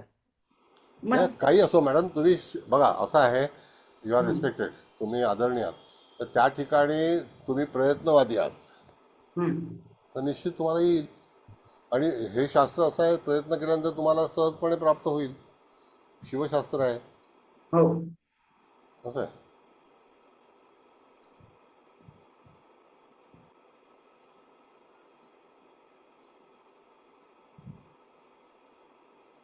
बोला. म्हणजे आता वेध करता बघा, लगेच आपण काय केलं तर वृषभ राशीतला मंगळ ह्याला परमिशन नाही. कारण का की तो रवीच्या जवळ असल्यामुळे, एक राशांतर नक्षत्रात असल्यामुळे त्या ठिकाणी त्याला परमिशन नाही. मग तो अतिचारी आहे, तर नॉट परमिटेड. मग लगेच आपल्याला पुढे वळायचं आहे. मग आणखी एखादा ग्रह आहे का, आणखी एखादा ग्रह काल्पनिक तुम्ही लावून बघा. काल्पनिक असा विचार करा ना, काय करता, काल्पनिक करा. शनीला काल्पनिक वेध जर समजा गुरुने लावला तर काय होईल, असं आहे ना. आणि आता गुरुसुद्धा ज्यावेळेला मघा नक्षत्रामध्ये जाईल तो ओरिजिनल शनीला वेध लावणारच आहे,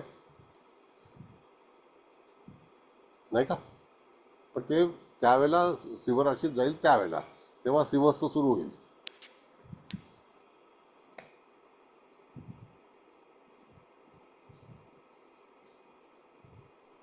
सर मला एक म्हणजे काल आम्ही ग्रुपवर टाकलं ते माझी मैत्रीण होती आणि तुमची विद्यार्थिनी, तिचा मृत्यू झाला. कर्क लग्न, कर्क रास, आणि आता ऍक्च्युली कर्क राशीत उच्चीचा गुरु आहे. आणि मग ही अशी घटना, आणि तीच नाही 3 घटना घडल्यात सर त्यांचं या कन्या लग्न आहे. पंधरवड्यात. आणि त्यांचं कन्या तिघही लग्न कर्क लग्न म्हणजे कर्क राशीवर नाही, काय गदा कर्क आले लग्न की नाही, काय? त्यांचं कन्या लग्न आहे आणि कर्क कन्या रास. लग्न? Okay okay. पण मला अजून 2 झाले ते कर्क लग्न कर्क राशीचे. तर कर्क कसं आहे, राशीवर काय गदा आली काय? नाही नाही गदा वगैरे काय आलेली नाही. ज्याचा मृत्यूच्या बाबतीमध्ये आपल्याला अधिकारच नाही आहे. पण तुम्हाला सांगतो मी, सप्तमातून शनी महाराजांचं भ्रमण चालू आहे आणि त्यांना हो. जे काही घटना घडली, त्यांच्या मिस्टरांशी माझं बोलणं झालं, त्यांनी फोन केला होता. तर त्यांना मी सांगितलं की सप्तमातून शनी चाललेला होता, त्याच्यामुळे तिथे पोटाच्या विकारातून काही घटना घडली का? तर ते बोलले हो, रात्री तिने जेवल्यानंतरच त्या ठिकाणी त्यांना पोटामध्ये कसं तरी व्हायला लागलं, सफोकेशन झालं आणि त्या ठिकाणी श्वास बंद झाला असं. ओके. हा, पण म्हणजे मी कर्क पाहिलं ना तर मला माझं आपलं गेस काय की शनी आणि मंगळ ह्या दोघांची दृष्टी संबंध आलेला आहे गुरुसोबत. त्याच्यामुळे दूषित या ह्याचा परिणाम असं मी माझं तर्कशास्त्र सर, मी असं म्हणत नाही ते 100% करेक्ट आहे असं. नाही नाही, हे सगळं तर्कशास्त्रच आहे. हो. आता त्यांची तारीख लिहून घ्या, नंतर तुम्ही अभ्यास करा. हा तुम्ही तारीख ना ग्रुपवर टाका आपल्या सर्वतोभद्रच्या, आम्ही आता लिहून त्याच्यावरून काढतो. आता लिहून आता देतो. नाही क्लास आपला हा संपला ना की आता आता टायपिंग मध्ये आता टाका, नको, सगळेच आता अभ्यास करतील. आता लिहून घ्या 22 मार्च 1964.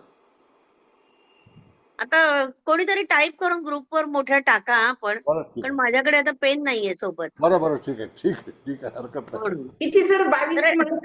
मी लिहिते, मला सांगा, मी तिथे पोस्ट करीन ग्रुपवर. नाही नाही मॅडम, 22 मार्च 1964 टायमिंग सांगा तर. आफ्टर सनसेट मला वाटतं 7:22 आहे काहीतरी. 7:22 प्लीज जरा टाका स्नेहल. ठीक आहे प्लीज.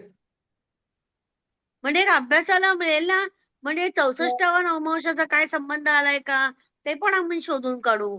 बरं, आता ही संशोधन आहे. घटना घडलेली आहे ना, आता ही घटना घडली त्यामुळे संशोधन करायला वाव आहे सगळ्यांना. ऍटलिस्ट ह्या ग्रुपला, कारण हायर स्टडीज करतोय आपण, म्हणजे पोस्ट ग्रॅज्युएशन चालू आहे आता सर्वतोभद्र म्हणजे आमचं. नाही आता एम ए चालू आहे मॅडम. एम ला सुद्धा असं शिकवत नाही. मास्टर ऑफ ऍस्ट्रॉलॉजीला पण असा विषय शिकवत नाही बरोबर बरोबर. आणि तो 5व्या वर्षी सुरू होतो. खरंय खरंय. असं आहे. बघते मी पण विश्लेषण करते. मी माझ्या करा. पद्धतीने करीन लग्नचंद्र हो, दशा ते बघून आणि लिहून मी ग्रुपवर टाकीन अभ्यास म्हणून. मी तर एकटीच प्लेस नाही, कुठली- सगळ्यांची आल्यावर मी टाकीन ना, नाही तर मग कॉपी करतील माझी. प्लेस कुठली आहे प्लेस? प्लेस 7:22 संध्याकाळी. सातारा सातारा सातारा. प्लेस सातारा. ओके ठीक आहे. मग सर्वतोभद्र ह्याच्याकडनं पण मॅडम. एखाद्याचा मृत्यू होतो का? हा बोला बोला. धनंजय चौगुलेंनी हाक मारली ना. हा बोला.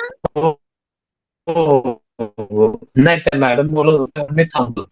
आता या मॅडम ज्या होत्या ज्या वारल्या त्यांचं कर्क लग्न कर्क रास मी ते म्हणतात की कर्क लग्न कन्या रास. हो ना सर, कन्या लग्न कर्क रास. मला त्रास होतो. कन्या लग्न कर्क रास आहे. आपण ते काढूया ना, शोधूया. तुम्ही कर्क घाबरू नका, तुमचं कर्क लग्न कर्क रास कन्या- आहे. हा. धनंजय चौगुलेचं कर्क लग्न कर्क रास आहे. ते गॅसवर गेले. क्युरियोसिटी म्हणून मला, बाकी कर्क काय रास नाही, आहे. क्युरियोसिटी. नाही पण मला पण पोट दुखायला लागलं तर डिटेक्ट झाला की नाही एक किरकोळ नाही पण होणार तो सर. मलाही आता 4 दिवसांपासून त्रास झाला. तुम्हाला काय होणार नाही हो, तुम्ही माझ्या नाही होणार. ग्रुपमध्ये आहेत, स्वामी नाही, आहेत सेवा- तुम्हाला सिक्युअर्ड करायला. चौगुले काळजी सर करू सेवा नका. हवी आहे. माझ्या सगळ्या स्टुडंटना, फ्रेंड्सना स्वामी हे करतायत, हेल्प करतायत, बरोबर. ब्लेसिंग देत आहेत. हा. मी सगळ्यांसाठी मागते देवाकडे, सगळ्या या समूहासाठी बेस्ट विशेष मागते मी रोज. आणि चौगुले सर सेवाभावी आहेत सर मॅडम. नाही ते भटके आहेत, सगळीकडे हॅलो. भटकत असतात. नाही पण आज सेवा नेपाळ, सेवाभावी मग आहेत ते. चायना, मग US सगळीकडे फिरत असतात. बरोबर, पण सेवाभावी आहेत ते. नाही फक्त आहे, फिरायला आहे. आवडतं. फिरले तरी फिरायचं आणि चांगले चांगले फोटो काढायचे. एवढंच त्यांचं काम आहे. कर्करास आणि कर्करत्न ही सेवा व्हावी बरोबर 100%. नाही सेवा नाही करत ते. मला माहितीये ना, माझे स्टुडंट आहेत ते. पहिल्या बॅचचे PhD स्टुडंट आहेत. त्या मॅडम काय विचारत होत्या? एक मॅडम आता मी विचारत काही होत्या. नाही, मला तर विसरली मी. देव जाणे. नाही त्या दुसरं त्या- विषयानंतर सर, मी झालं ना. विचारत होते की सर्वतोपद्रवानं आपल्याला एखाद्याचा मृत्यू पण बघता येऊ शकेल का? असं आहे मॅडम, बघा तुम्हाला सांगतो, मृत्यू आणि जन्म हा परमेश्वराच्या अधीन आहे. त्याच्याकरता आपण मृत्यूबद्दलची तारीख काढायला कधीही केली प्रयत्न नाही पाहिजे. करायचा नाही. आणि एक बरोबर. मृत्यूची तारीख काढून देणाऱ्या माणसाच्या 2 मुली मृत्यू पावल्या. कारण असं म्हटलं जातं ना ज्योतिषनुसार की कोणाचा मृत्यू बघू नये आणि जन्माला कोण येईल हे पण पाहूच नाहीये की जेंडर आपण म्हणतो ना तसं. हो हो, नॉट परमिटेड. नाही पण बरोबर. सर सॉरी, माझं माझ्या मत असं एकदम सर मनात माझं मत मी स्पष्ट सांगते की माझ्याकडे जेव्हा लास्ट स्टेजचे पेशंट येतात, पेशंट पेक्षा त्यांचे रिलेटिव्ह येतात आणि मला विचारतात की जसे मोठ्या आम्ही कोकिलाबेनमध्ये ठेवलेले आहे किंवा अजून जे दुसऱ्याचे मोठ्या मोठ्या हॉस्पिटलची नावं घेतात आणि एवढा खर्च होतोय, मग काय करायचं, ते बरे होतील का? म्हणजे इनडायरेक्टली तो खर्च होतोय, मग आम्ही तिथे ठेवायचं की काढायचं, असाच तो प्रश्न असतो. मग त्यावेळी मला त्यांना डेट सांगते, मी डेट सांगते, पण मी मृत्यू होईल ना सांगते या तारखेला धोका आहे, सांभाळा, डिस्चार्ज घ्या आणि साध्या हॉस्पिटलला ऍडमिट करा. Yes, म्हणजे त्यांचे ऍटलिस्ट पैसे वाचवते मी. बरोबर तर आहे. ही सेवा नाही का माझी? मी हे पाप करते हो, का? आहे. नाही, पाप करत नाही. मृत्यूची तारीख काढून अगोदर देणे हे पाप आहे. पण माझ्याकडे मी स्वतः देत नाही तारीख, माझ्याकडे पेशंटचे काय रिलेटिव्ह म्हणणार? येतात. काही आणि काय महाभाग माहिती आहे. नाही मला, माझं रेकॉर्ड आहे, जेवढ्या तारखा दिल्या त्या तारखेत घटना घडलेल्या आहेत. हसू येत आहे, म्हणजे मला तर भीती वाटायला लागली तारखा द्यायला सुद्धा. म्हणजे लास्ट स्टेज पेशंटच्या, कारण त्या ग्रुपमध्ये येतात, ते फीडबॅक येतात की या तारखेला झालं तुम्ही सांगितल्याप्रमाणे, आणि प्रश्न कुंडली मांडून पण नाही सर. म्हणजे कमांड झालाय माझा, तो शनी आहे ना अष्टमातला, तो मला गाईड करतो, दे तारीख बिंदास, असं झालंय ते बहुतेक. म्हणजे मजा म्हणून नाही मी बोलत, पण खरंच लास्ट स्टेजचे पेशंट असतात आणि माझ्याकडे येतात तो, मग अशांचे मला सांगणं भाग असतं ना ऍज अ ज्योतिषी. पण आता मला वेळ उल्हास संपलेली बापट आहे. सर पण ओरडले होते. उल्हास बापट सर पण, काय ताई तुम्ही तारखा बिंदास देता, असं करू नका, तुमच्यावर उलटेल, असं बोलले होते मला. तेव्हापासून जरा थोडं मी कंट्रोलमध्ये आहे. पण विचारतात ना, ते विचारण्याचा रोग तोच असतो की म्हणजे आमची सुटका कधी होईल पेशंट पासून, असा रोग असतो. बरं, हे जे आहे आता वेळ संपलेली आहे. आता आपण उद्या आणखी काही विषय घ्यायचा तो तुम्ही सांगा, त्याच्यावरती आपण नाही, चर्चा उद्या आपले सगळे वेद नाही ना झाले, सगळ्या ग्रहांचे झाले कुठे. करू. जे पाहिजे ते म्हणजे कुठलाही प्रश्न आपण त्याच्यावरती चर्चा करू. हो चालेल. आणि आम्ही ही कुंडली सोडवतो होमवर्क मध्ये, वृंदा कुलकर्णीची. चालेल. मी टाकलं असेल ना ग्रुपवर, मी हे सोडवीन आज रात्रीतच, मी त्याचं हे करते आणि तुम्हाला वैयक्तिक पाठवते. मी ग्रुप सगळ्यांनी ना सरांना वैयक्तिक पाठवा फोटो मला काय पोस्ट पाठवू करून. नका. बरं मग माझ्याकडे काही पाठवा. बरं मग माझ्याकडे पण ग्रुपवर नको, आधी पर्सनलवर टाका, नाही तर काय एकमेक जण कॉपी करतील आणि मी माझं जे लिखाण मी पहिलं करेन, पण मी ते शेवटी टाकीन ना ग्रुपवर. हा सर, मग ते तुम्ही वाचायचंय, पण मग ग्रुपवरच तुम्हाला वाचावं लागेल. असं नाही की आमचं पण लग्नेश, अष्टमेश, सप्तमेश बघा कशा आमची धार धार लिहितो ते. ठीक आहे, ओके, धन्यवाद. धन्यवाद. शुभम भवतु. बघा हात आला माझा मिथुनेचा. Thank you sir, thank you madam. आता बाय बाय नाही ना बोलायचं, बाय बाय नाही बोलायचं. शुभरात्री शुभम सर्वांना. भवतु. शुभरात्री सर्वांना. शुभरात्री. शुभरात्री मॅडम, शुभरात्री सर्वांना. फार छान झालं आजचं सेशन, खूप छान झालं, नवीन नवीन ज्ञान मिळालं आणि नियम सगळ्यांना खूप आहे. एकमेकांशी बोलता आलं. मुख्य म्हणजे आता जे कोणी पडदे की पिछे राहतात ना, त्यांची तोंड काय आम्ही ओळखत नाही, इलाज नाही, समोर आले कधी दिसले तरी आम्हाला कळणार नाही आमचे हे ग्रुपचे फ्रेंड्स आहेत. हा, पण जे दिसतात त्यांना आम्ही ओळखतो. आलं लक्षात? शुभरात्री. Bye bye. मला ते बाय बाय केल्याशिवाय पूर्णत्व नाही वाटत. मी ते बाय बाय करणार. काही कर ग भाई.